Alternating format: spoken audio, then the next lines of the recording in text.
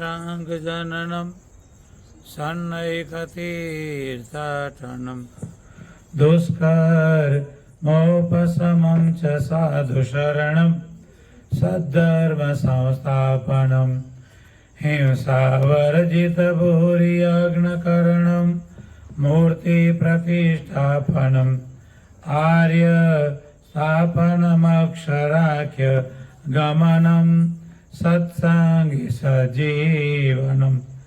श्री अक्षरधामाधिपति स्वामीनारायण बापा भगवते नमो नमः। श्री घनश्याम महाराजाय नमो नमः।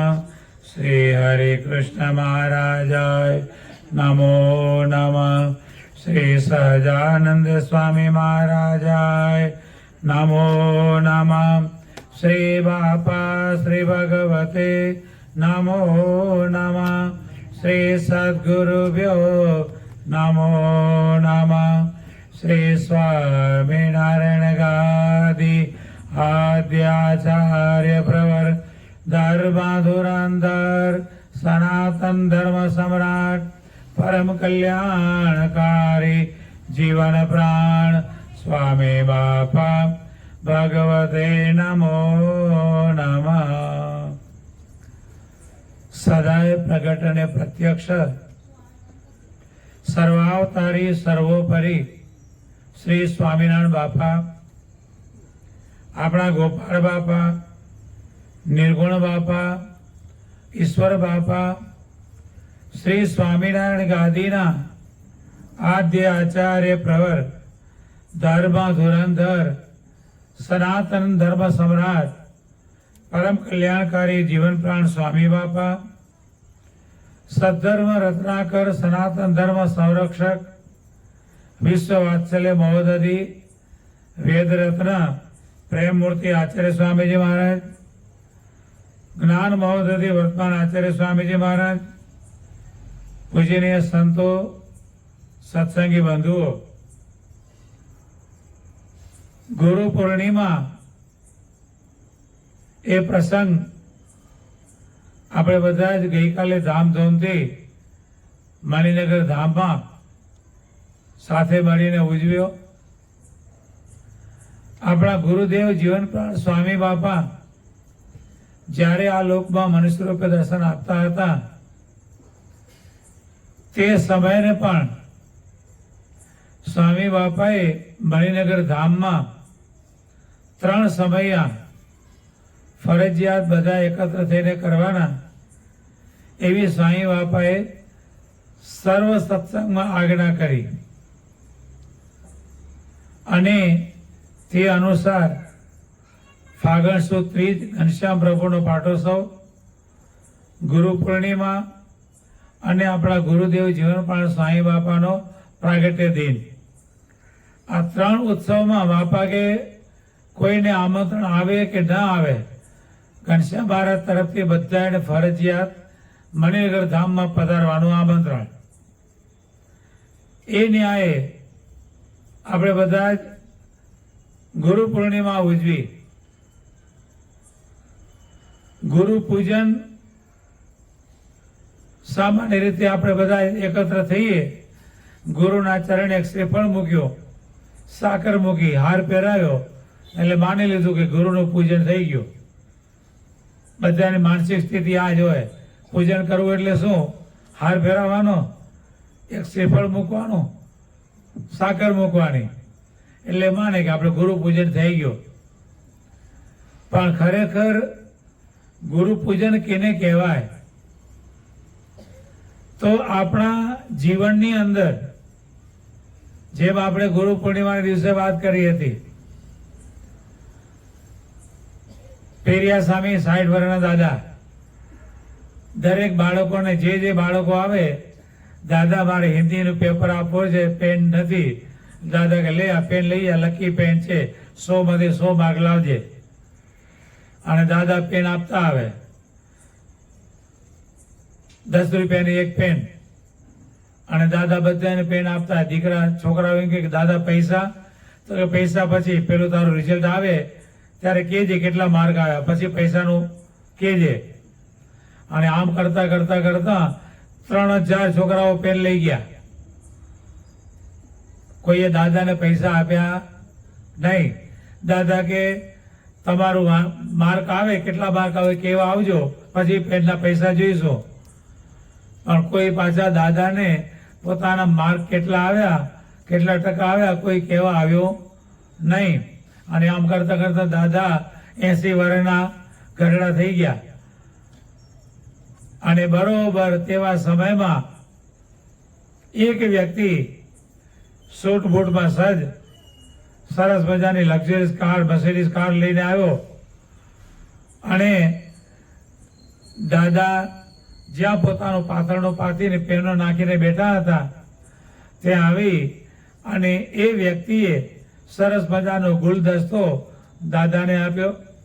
અને પછી દાદાને એક કવર આપ્યો અને કીધું કે દાદા, તમે જે મને પેન આપી હતી અને તે પેનથી મેં પરીક્ષામાં લખ્યું અને મારા ગણિતમાં 98% આવ્યા, 98 માર્ક મારા ગણિતમાં આવ્યા. અને એના કારણે હું આજે સોફ્ટવેર કંપનીનો માલિક છું. 10 રૂપિયાની પેન હતી. અને દાદાને કવરમાં 10 લાખ રૂપિયા કવરમાં રાખી અને દાદાને આપ્યા. દાદા કે બેટા, મારે પૈસા નથી જોઈતા, બસ તું જીવનમાં સફળ થયો એ મારે માટે પૈસા જ છે. ત્યારે પેલો વ્યક્તિ, એનું નામ હતું મુરુગન. એ મુરુગન એમ કહે છે કે દાદા, આ તમને પૈસા નથી આપતો, આ હું આજે તમને તમારા ચરણે ગુરુ દક્ષિણા ધરું છું. નહીં તો ભણ્યા તો પ્રોફેસરો પાસે હતા, તો ગુરુ તો પ્રોફેસરો કહેવાય ને. પણ એ મુરુગને ગુરુ કોને માન્યા? દાદાને. તો કે એની આપેલી પેનથી બરોબર કટોકટીનો સમય હતો, પરીક્ષા આપવા જતો હતો અને પેન તૂટી ગઈ.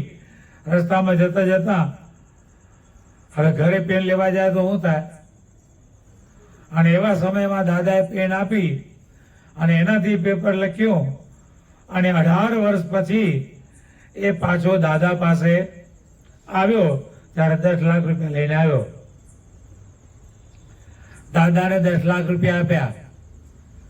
બીજા દિવસે પેપરમાં હેડલાઇનમાં આ પ્રસંગ આવ્યો લખાઈને. એટલે જેટલા દાદા પાસે પેન લઈ ગયા હતા છોકરાઓ, દીકરા દીકરીઓ, જે કોઈ દાદા પાસે પેનો લઈ ગયા હતા અને જેમણે 10 રૂપિયા તે વખતે આપ્યા નહોતા, એ બધા જ દીકરા દીકરીઓ દાદા પાસે આવે, ગુલદસ્તો ફલ ફૂલ ભેટ મૂકે અને બધા જ પોતાની શક્તિ અનુસારે દાદાને કવરો આપતા જાય. 3000 પેન આપી હતી. એક પેનના 10 રૂપિયા.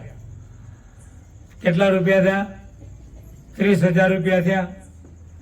પણ આજે દાદા જયારે 80 વર્ષની ઉંમરના થયા છે ત્યારે એ 30,000ના 3 કરોડથી પણ વધારે રૂપિયા દાદાની પાસે આવ્યા. એમ આપણને બધાને આપણા ગુરુદેવ જીવનપ્રાણ સ્વામી બાપાએ લકી પેન આપી છે. બધાને આપણને બધાને લકી પેન આપી છે. બાપા કે અમે તમને આ મણિનગર ધામમાં ઘનશ્યામ મહારાજ આપીએ છીએ એ બહુ લકી છે. જે ઘનશ્યામના દર્શન કરશે તેના જરૂર કાર્ય પૂરા થશે ને થશે જ. કેટલી લકી પેન છે.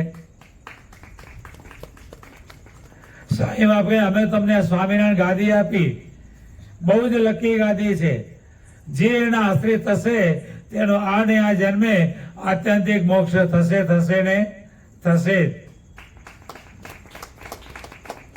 આ બધું સ્વામી બાપાએ આપણને લકી પેન આપી છે. એમને ઉપદેશો આપ્યા. ભગવાન રાખે તેમ રહેવું, દેખાડે તે જોવું, કહે તેમ કરવું, વ્યવહાર ગૌણ કરવો, ભગવાન મુખ્ય કરવા. 4 વાક્યો, 4 લકી પેનો આપી દીધી. આ બધી સ્વામી બાપાએ આપણને લકી પેન આપી છે. હવે એમાંથી લખવાનું આપણે છે અને ગુરુ દક્ષિણા પણ આપણે આપવાની છે. કેટલી ગુરુ દક્ષિણા આપીએ છીએ અને કેવી આપીએ છીએ એ આપણે વિચારવાનું. એટલે આજે જ્યારે અહીંયા આ નિકોલ મુકામે જ્યારે આપણે બધા જ ગુરુનું પૂજન કરવા એકત્ર થયા છીએ ત્યારે અહીંનો સત્સંગ, નિકોલ વિસ્તારનો સત્સંગ શરૂઆત બાળકોથી થઈ. વડીલો બધા એમના બાળકોને લઈને સત્સંગમાં, કથા વાર્તામાં આવવા માંડ્યા. શરૂઆતમાં તો ખાલી આપણે અંદર બેસતા અને જે 8-10 બાળકો આવતા એટલા જ શરૂઆત થઈ. ધીમે ધીમે ભગવાનની કૃપા થઈ. બાળકોના માતા પિતાઓ આવવા માંડ્યા.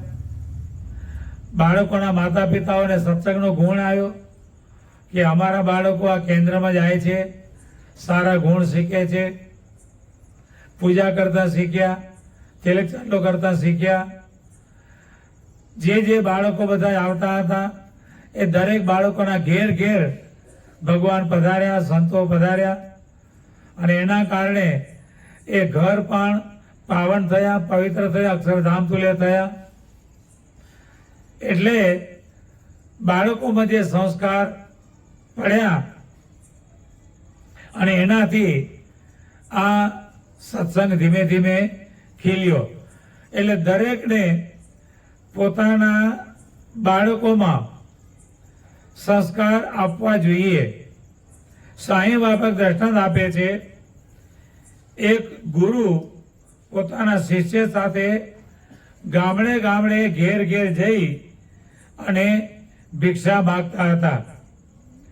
તેઓ લોકોને ધર્મ, માનવ સેવા અને સારા કર્મનું મહત્વ પણ સમજાવતા હતા. એક દિવસ ચાલતા ચાલતા એ ગુરુ શિષ્ય બંને એક તૂટેલી ફૂટેલી ઘાટની ઝૂંપડી ત્યાં પહોંચ્યા અને ત્યાં જઈ બહાર ઊભા રહી અને ભિક્ષાની આલખ જગાવી. નારાયણ હરે સચ્ચિદાનંદ પ્રભો ભિક્ષામ દેહી. અવાજ ભિક્ષાનો આવ્યો એટલે ઘરની અંદરથી એ ઝૂંપડીમાંથી એક નાની દીકરી, નાની બાળકી ઘરની બહાર આવી.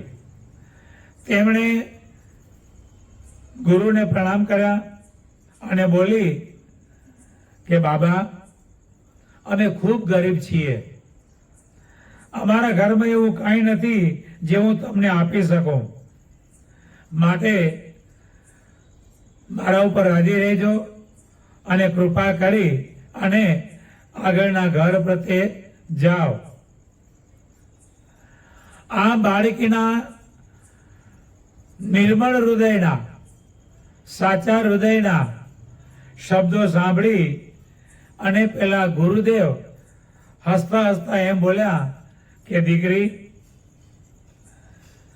મારા ઘરમાં કાંઈ નથી એવું બોલીશ નહીં. તો એવું ન કહે મારા ઘરમાં કાંઈ નથી. જો તારી પાસે અમને આપવા માટે કાંઈ નથી તો તારા આંગણાની થોડી માટી જ આપી દે. તરત જ પેલી બાળકીએ કંઈ પણ જાતનો વિચાર કર્યા વિના આંગણામાં જઈ અને એક મુઠ્ઠી રેતી ભરી અને સંતના ભિક્ષા પાત્રમાં મૂકી દીધી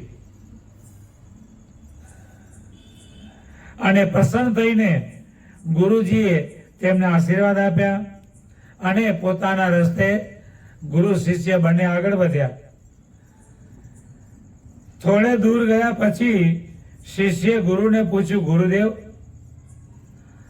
હું આમાં કંઈ પણ સમજી શકતો નથી, તમે ભિક્ષામાં માટી કેમ સ્વીકારી? માટીનો આપણે શું ઉપયોગ થશે? ત્યારે ગુરુજી શાંત હૃદય પ્રેમથી કહે છે કે બેટા,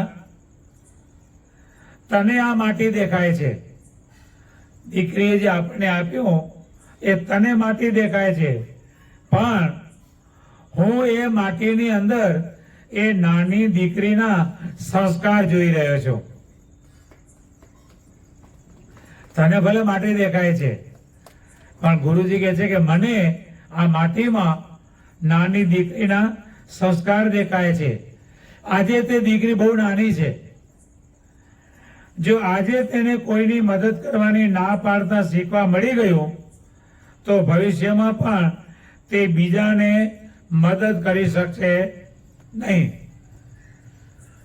આજે એમણે ના પાડી, આપણે ભિક્ષા માંગી અને દીકરીએ ના પાડી કે મારી પાસે કંઈ પણ છે નહીં. હવે એને ના પાડીને આપણે ચાલે ગયા હોત એમને, તો બીજો કોઈ આવે તો એને પણ એ ના જ પાડત. પણ આપણે એની માટી સ્વીકારી.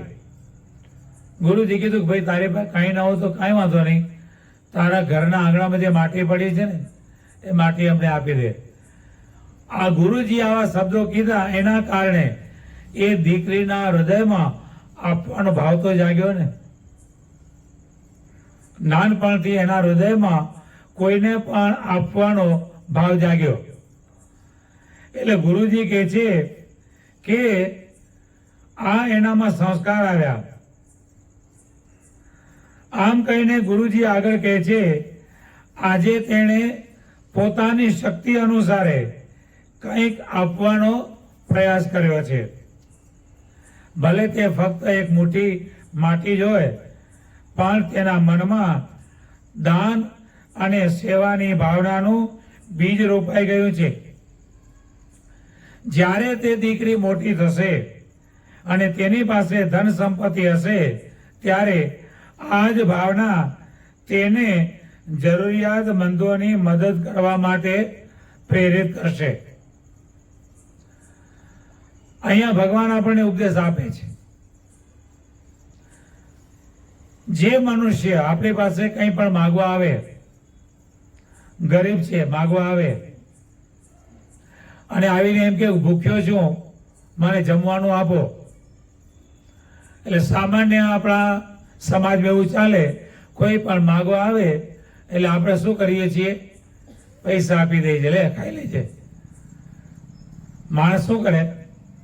આપણે એને શું કરીએ છીએ? પૈસા આપી દઈએ, જા જમી લે. એ નહીં કરવાનું. દાન કરવાનું, જરૂરિયાતમંદોને દાન કરવાનું, પણ એ સાથે એ પણ શીખવાનું રોકડા પૈસા કોઈને પણ આપવાના નહીં. એને કીધું ભૂખ્યો છું, તો આપણે જો આપણા ઘરમાં હોય તો એને જમવાનું આપી દેવું. ઘરમાં ન હોય તો આપણી આજુબાજુમાં જ્યાં કંઈ જમવાની સગવડ થતી હોય ત્યાં એને લઈને જવું. એનો માલિક હોય એને કેવું ભાઈ આને થાળી આપી દે, પૈસા આપણે ભરી દેવાના. શું કરવાનું? પણ પેલા વ્યક્તિને તમે જે ભિક્ષા માગવા આવ્યો છે એને ડાયરેક્ટ તમે પૈસા આપી દીધા, રોકડા માની લો પૈસા આપી દીધા. સવારથી આજ સુધી બધા પૈસા લઈ અને તમને જેટલું સવારથી આજ સુધીમાં તમે ધંધો કરતા હો, નોકરી કરતા હો, જેટલું મળતું હોય એના કરતા એને વધારે મળી જાય છે ને. અને વધારે મળ્યા પછી રાત્રે શું કરે છે? વ્યસનો કરે છે. તો તમે જે દાન, ભલે તમે દાન સાચા ભાવથી આપ્યું, પણ એ તમારું દાન ગયું ક્યાં? દારૂની બોટલમાં. એમાં ગયું ને. એટલે રોકડો ક્યારે કોઈને આપવો નહીં. જરૂરિયાતમંદ હોય, કોઈ આવે, શિયાળો હોય, મને ધાબળો નથી, લાઈને આપો. મને વસ્ત્ર નથી તો વસ્ત્ર લઈને આપો. તમારે આપવું જ છે ને. હું ભૂખ્યો છું તો જમાડી દો. તમારી પાસે ઘરમાં હોય તો તમે જમાડી દો, ના હોય તો આવી રીતે એની વ્યવસ્થા કરી આપો. પણ આપવાની ભાવના દરેકમાં એ વાત સાચી. પણ જો આવી રીતે આપણું આપેલું દાન જો એ કુમાર્ગે વાપરે તો એનું પાપ આપણને લાગે. આપણું આપેલું દાન જો કુમાર્ગે જાય ને તો એનું પાપ આપણને લાગે. એક સદાવ્રતી શેઠ હતા ગામમાં, જે જેવું માગે ને એવું આપે, જેવું માગે એવું આપે. એટલે અન્ન માગે તો અન્ન આપે, વસ્ત્ર માગે તો વસ્ત્ર આપે, અને પૈસા માગે તો પૈસા પણ આપે. પૈસા માગે તો પૈસા પણ આપે. હવે આમ કરતા કરતા સમય પસાર થતો ગયો. 4 માછીમારો, એ માટલા પકડવાની જાળ એની તૂટી ગઈ, જૂની થઈ ગયેલી, તૂટી ગઈ, એટલે માટલા પકડવાનો ધંધો થઈ ગયો બંધ. હવે એને જાળ લેવી હતી. હવે ડાયરેક્ટ તમારી પાસે આવીને એમ કે અમને માછલા પકડવા જાળ લેવી છે, પૈસા આપો ને, તો તમે આપો? ના આપો. એટલે એ 4 જણાએ સાધુનો વેશ ધારણ કર્યો. શું કર્યું? સાધુનો વેશ ધારણ કરી પેલા સદાવ્રતી શેઠિયા પાસે ગયા અને ત્યાં જઈને પૈસા માગ્યા. શેઠિયો જે માગે એને એ આપતો. પૈસા માગે તો પૈસા આપે, વસ્ત્ર માગે તો વસ્ત્ર આપે, અન્ન માગે તો અન્ન આપે. અને પૈસા માગ્યા એટલે શેઠે શું કર્યું? પૈસા આપ્યા. અને આને તરત જ પૈસા મળી ગયા. એને તો કપટનો સાધુનો વેઠ લીધો હતો. પૈસા મળી ગયા એટલે ઝાડ ખરીદી અને નવી ઝાડ લીધી અને માટલા મારવા માંડ્યા. આ બાજુ એ માટલા મારે અને આ બાજુ શેઠને રોજે રોજ થોડી થોડી ધંધામાં ખોટ આવતી જાય. સમજ્યા? આપણા બિઝનેસમાં કે આપણા ધંધામાં કે આપણી કોઈ પણ જગ્યાએ કંઈ પણ આવું થવા માંડે ને એટલે સમજી લેવાનું આપણું દાન કે આપણો પૈસો ક્યાંય ખોટી જગ્યાએ જાય છે. શું થાય છે? આપણો પૈસો ક્યાંક ખોટી જગ્યાએ વપરાય છે. એના કારણે પેલા શેઠને રોજ થોડું આવકમાં ઘટાડો થવા માંડ્યો. શેઠે વિચાર કર્યો કે આવું કેમ થાય છે, આજ સુધી નહીં આ કેમ થાય છે. તપાસ કરતા કરતા કરતા શેઠ એક દિવસ નીકળ્યા બજારમાં. એમાં થઈને પોતાના બીજે ગામ જતા હતા, પોતાના અંડરમાં હતું ત્યાં. તો રસ્તામાં જતા જતા પેલા 4 જે પૈસા લઈ ગયા હતા એ માછી મારતા હતા. શેઠે જોયું. શેઠે આજે જોયું, ભલે વે હાથ સાધુનો તો ઢાંચો તો એને હોય ને, એટલે શેઠ તો ઓળખી ગયા.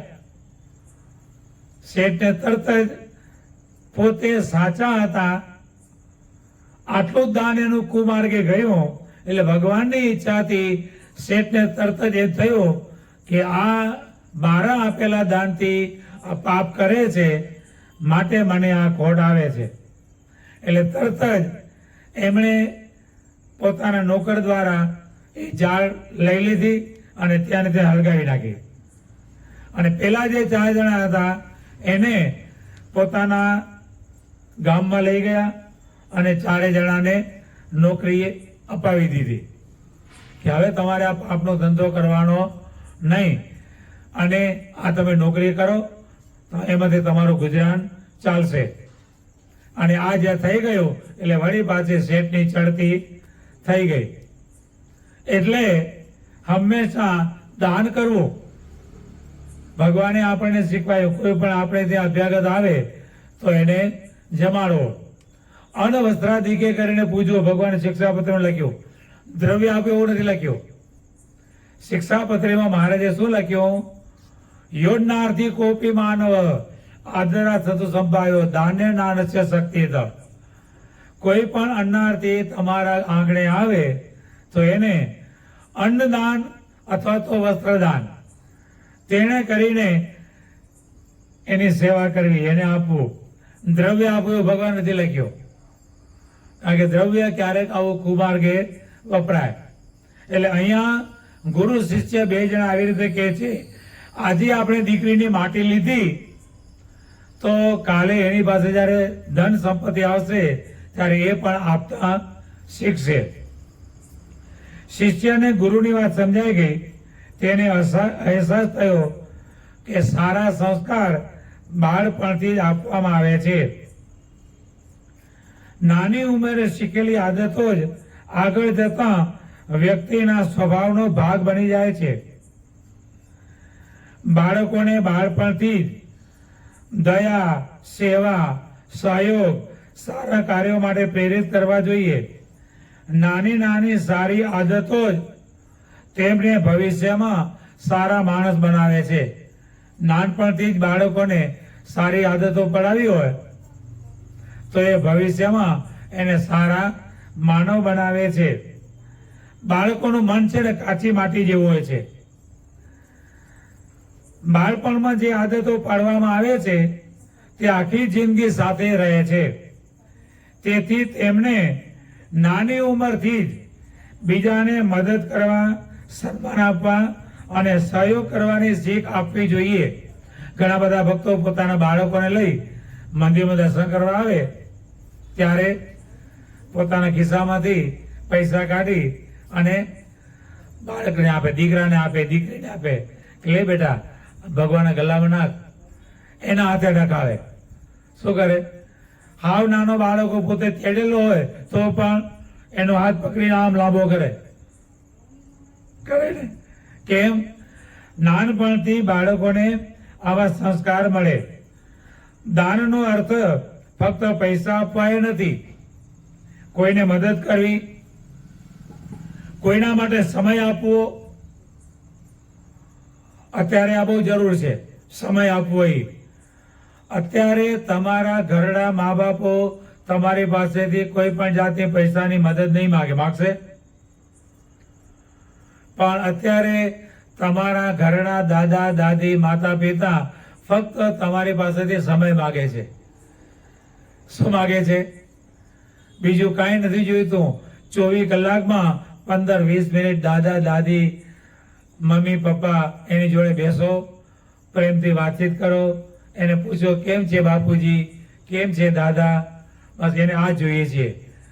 તમારી પ્રોપર્ટી નથી જોઈતી, તમારા પૈસા પણ નથી જોઈતા, સમય જોઈએ છીએ. પ્રેમથી 15 મિનિટ એની સાથે બેસી અને પ્રેમથી વાતચીત કરો, એમના ખબર અંતર પૂછો. એટલે દાનનો અર્થ ફક્ત પૈસા આપવા એ નથી. કોઈને મદદ કરવી, કોઈને સમય આપવો, પોતાની વસ્તુઓ વહેંચવી પણ એ પણ એક સેવાનો ભાગ છે. બાળકોને શીખવો કે પોતાની શક્તિ અનુસાર બીજાને કામ આવવું જોઈએ. બાળકો તેમના માતા પિતા અને પરિવારના વર્તનમાંથી સૌથી વધુ શીખે છે. વધારે પડતું બાળક શેમાંથી શીખે? ઘરની અંદર વર્તન કેવું છે. જો ઘરમાં વડીલો જરૂરિયાતમંદોને મદદ કરે છે, બીજાનું સન્માન કરે છે, સારું વર્તનનું પાલન કરે છે, તો બાળકો પણ તે જ શીખે છે. નાનપણથી જ ઘરની અંદર ક્રોધિત વાતાવરણ હોય, રોજ મા બાપ બાજતા જો હવારના પોરમાં ઉઠીને, તો બાળકોમાં સંસ્કાર એ જ આવે. એટલે બાળકો કીધા કરતા જોયેલું વધારે શીખે છે. આપણે ગમે એટલો ઉપદેશ આપીએ એના કરતા પોતે જે જુએ ને એનું વધારે અનુકરણ કરે છે. જ્યારે બાળકો કોઈ સારું કામ કરે ત્યારે તેમની પ્રશંસા ચોક્કસ કરો, એને થાબડો, પીઠ થાબડો. આનાથી તેમનો આત્મવિશ્વાસ વધે છે. પણ તેની સાથે સાથે બાળકો સારું કામ કરે તો એને વખાણો બરોબર, એને થાપડો એ પણ બરોબર. પણ કદાચ ક્યારેક કંઈક બાળકથી ભૂલ થઈ ગઈ, કદાચ ક્યારેક બાળકથી એકાદું ભૂલ થઈ ગઈ. રોજ બાળક તમારો સારો છે, કંઈ ભૂલ કરતો નથી, પણ 15 દિવસે, મહિને એકાદું કંઈ ભૂલ થઈ જાય એટલે તરત જ માતા પિતાને મારવા માંડે. ના, કદાચ ક્યારેક બાળક કંઈક આવી ભૂલ કરી બેસે તો પણ એ બાળકને પ્રેમથી, વહાલથી એને સમજાવો, એને પ્રેમ આપીને એની ભૂલ સુધરાવો. મારીને કોઈ સુધરતો નથી. સુધરે? આ પોલીસો ડંડા મારી મારીને થાકી જાય, કયો દારૂડિયો સુધર્યો? કયો ચોર ચોરી કરતો બંધ થયો? પરંતુ સ્વામિનારાયણ ભગવાને આટલા બધા આખા કાઠિયાવાડના કાઠી દરબારોને શેનાથી વશ કર્યા? પ્રેમથી.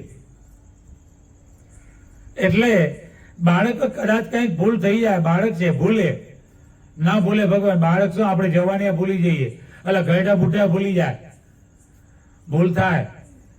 પણ એ ભૂલને ક્રોધમાં નહીં ફેરવવાની, એને પ્રેમમાં ફેરવવાની. એટલે કદાચ ક્યારેક બાળક આવી ભૂલ કરે તો એને તુચકારશો નહીં. તો આવો ને આવો રહ્યો. બધા બાળકો ભેગા ભણતા હોય, પરીક્ષામાં કદાચ તમારા બાળકના ઓછા ટકા આવ્યા, તમારી બાજુવાળાના વધારે આવ્યા, એટલે તરત જ કહેવા માંડ્યો તો આવો ને આવો ઢ રહ્યો, જોઈ લો બાજુવાળો કેવો હોશિયાર છે. એવું નહીં કહેવાનું. એક વખત આપણે આવું કહીશું ને એટલે બીજી વખત બાળકને પહેલેથી મનમાં બીક હશે કે મારો બાપ મને વટશે, મારું રિઝલ્ટ આવશે અને મારો બાપ મને વટશે. અને એના કારણે આજે યુવાનીઓ ટેન્શનમાં, આ બધા ટેન્શનમાં હજુ રિઝલ્ટ આવ્યું ન હોય એના પહેલા આપઘાત કરી બેસે છે. શેના કારણે? આના કારણે. એટલે બાળક કદાચ કંઈક ભૂલે, ઓછા માર્ક કદાચ આવે તો પણ એને હિંમત આપો કે બેટા ચિંતા કરીશ નહીં, હજુ આપણી પાસે ઘણો સમય છે, ફરીથી પરીક્ષા આપીશું, 100 માર્ક લાવીશું. એને પ્રેમથી આવી રીતે હિંમત આપો. સારું કામ કરે ત્યારે તો ચોક્કસ એને થાબડો, તો એનાથી બાળક વધારે સારું કરવામાં પ્રેરિત થશે. બાળકોને ફક્ત ઠપકો આપવાને બદલે સમજાવો કયું વર્તન સાચું છે અને કયું ખોટું. પ્રેમ અને ધૈર્યથી સમજાવેલી વાતો બાળકોના મન પર વધુ અસર કરે છે. પ્રેમ અને ધૈર્યથી સમજાવેલી વાતો બાળકના મન ઉપર વધારે અસર કરે છે. તમે જુઓ વ્યવહારમાં, ભાઈ તમે કંઈ પણ કામ કરતા હો, દુકાન ચાલુ કરી હોય અને એમાં તમે નોકર રાખો, બરોબર? હવે નોકરને દરરોજ તમે વઢવઢ કરો તો પણ એ જ નોકરને તમે દરરોજ પ્રેમથી બોલાવો. મહિને 2 મહિને ભલે તમે દિવાળી બોનસ આપો, ભલે આપો, પણ મહિને 2 મહિને નોકરને એમ કહો, લે બેટા આજે 5 રૂપિયા લઈ આવ વાપરજે, કે 50 રૂપિયા લઈ આવ વાપરજે. તમારું કે ઓછું નથી થઈ જવાનું છે. પણ એને પ્રેમથી તમે જે કામ બતાવો અને પ્રેમથી સમજાવીને કરો તો એ જ નોકર છે. જો તમે એના ઉપર ગરમ થઈને કામ કરાવશો, કામ કરશે, પણ એની સાથે સાથે તમારા પ્રત્યે નફરત અને એની સાથે ચોરી, તમારી દુકાનમાંથી ચોરી કરતા શીખશે. પણ એ જ નોકરને તમે પ્રેમથી અને ધીરજથી રાખશો તો એ તમને વફાદાર પણ રહેશે અને તમારા પ્રત્યે એને પ્રેમ ભાવ પણ રહેશે. પછી એ તમને એમ નહીં કે મને દિવાળી બોનસ આપો, એવું નહીં માગે. તમને એમ થશે કે હું આપું, કારણ કે કામ જ એવું કરશે.